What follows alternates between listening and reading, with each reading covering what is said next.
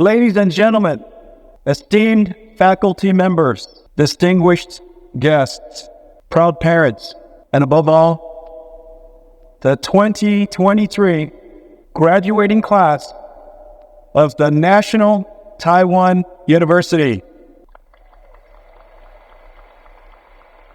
Today is a very special day for you and a dream come true for your parents. You should be moving out soon. It is surely a day of pride and joy. Your parents have made sacrifices to see you on this day. 我爸爸妈妈也在，我哥哥也在. They're right here.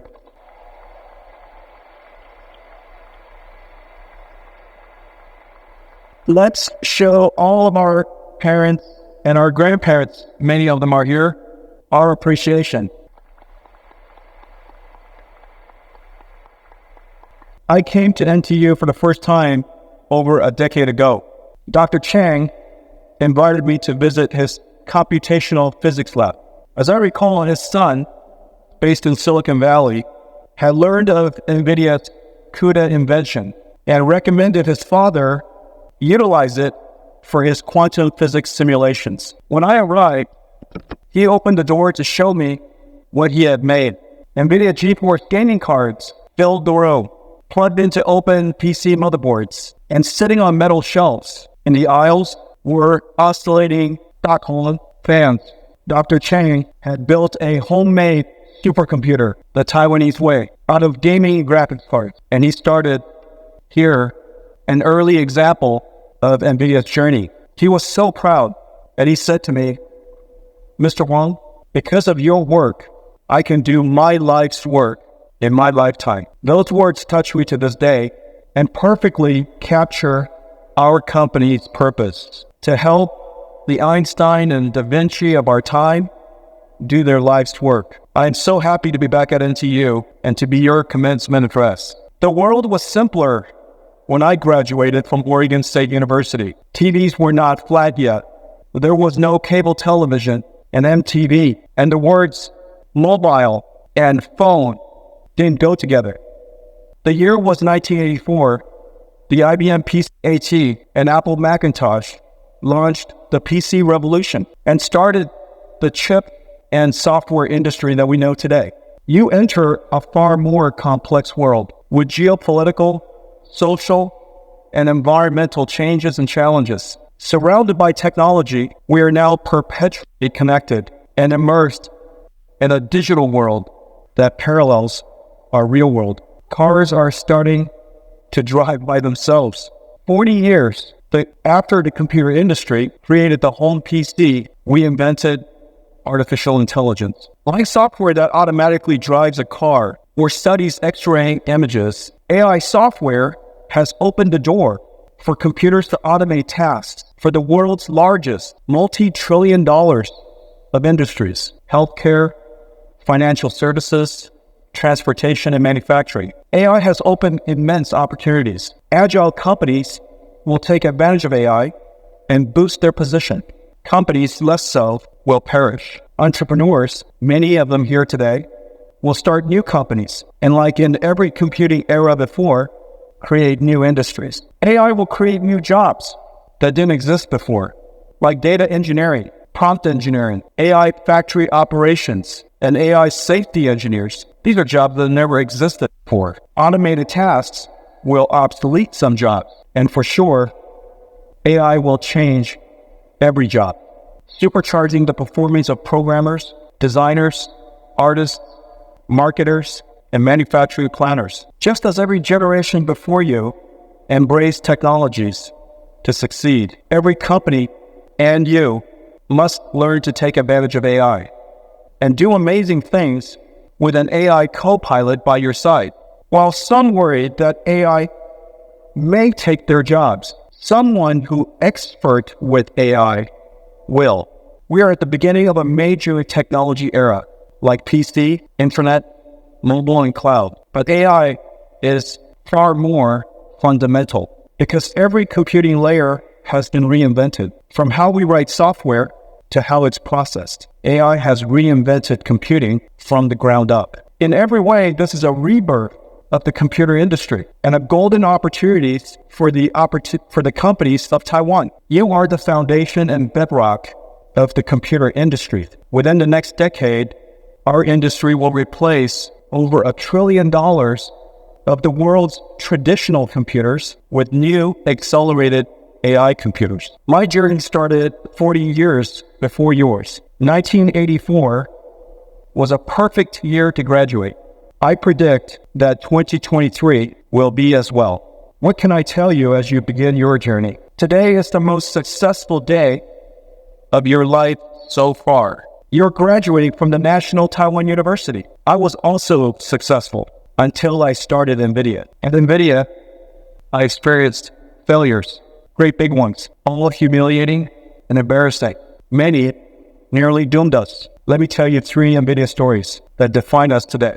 We founded Nvidia to create accelerated computing. Our first application was 3D graphics for PC gaming. We invented an unconventional 3D approach called forward texture mapping and curves. Our approach was substantially lower cost. We won a contract with Sega to build their game console, which attracted games for our platform and funded our company.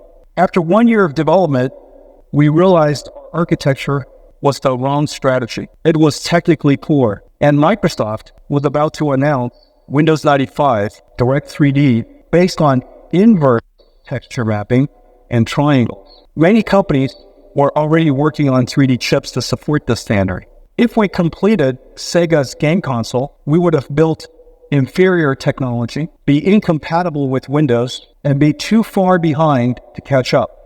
But we would be out of money if we didn't finish the contract. Either way, we would be out of business. I contacted the CEO of Sega and explained that our invention was the wrong approach, that Sega should find another partner, and that we could not complete the contract and the console. We had to stop. But I needed Sega to pay us in whole, or Nvidia would be out of business. I was embarrassed to ask. Hiromaji-san, the CEO of Sega, to his credit and my amazement, agreed. His understanding and generosity gave us 6 months to live. With that, we built Reba 128, just as we were running out of money. Reba 128 shocked the young 3D market, put us on the map, and saved the company. The strong demand for our chip led me back to Taiwan after leaving at the age of 4 to meet Morris Chang at TSOC and started a partnership that has lasted 25 years.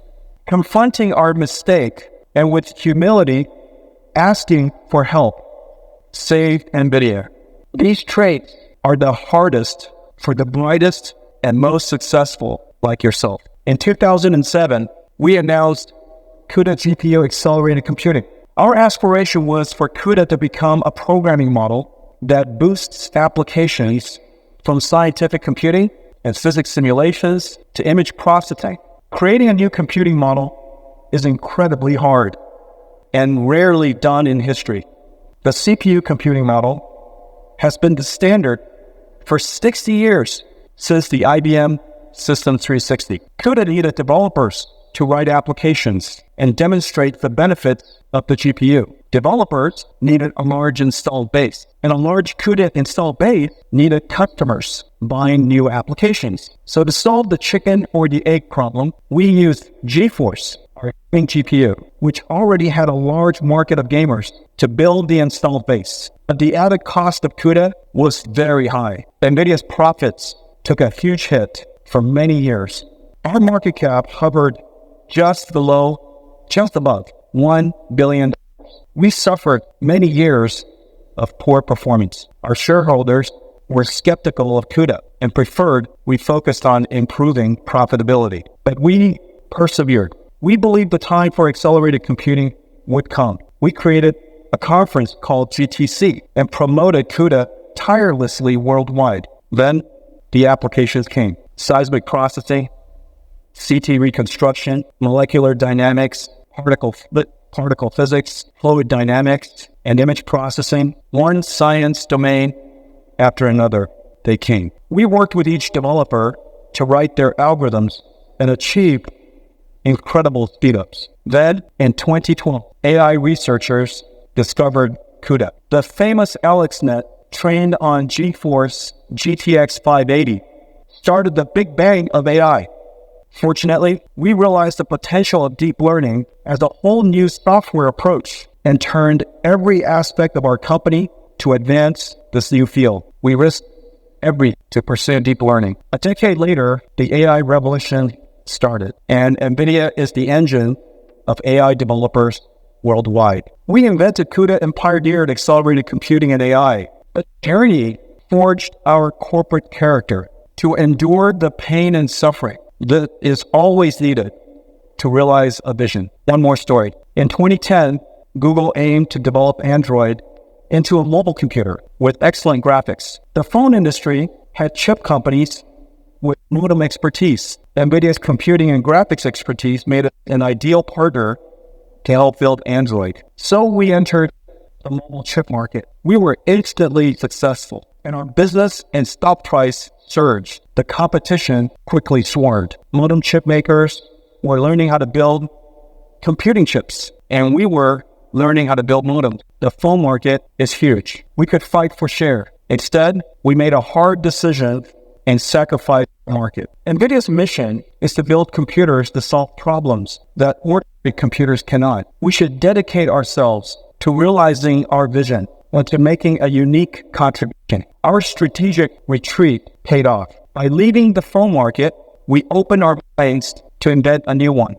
We imagined creating a new type of computer for robotic computers with neural network processor, safety architectures that run AI algorithms. At the time, this was a $0 billion market. To retreat from a giant phone market to create a $0 billion robotics market. We now have billions of dollars of automotive and robotics business and started a new industry. Retreat does not come easily to the brightest and most successful people like yourself. Yet, strategic retreat, sacrifice, deciding what to give up is at the core, the very core of success. Class of 2023, you're about to go into a world witnessing great change. And just as I was with the PC and chip revolution, you're at the beginning, at the starting line of AI. Every industry will be revolutionized, reborn, ready for new ideas, your ideas. In 40 years, we created the PC, internet, cloud, and now the AI era. What will you create? Whatever it is, run after it like we did. Run, don't walk. Remember, either you're running for food or you are running from being food.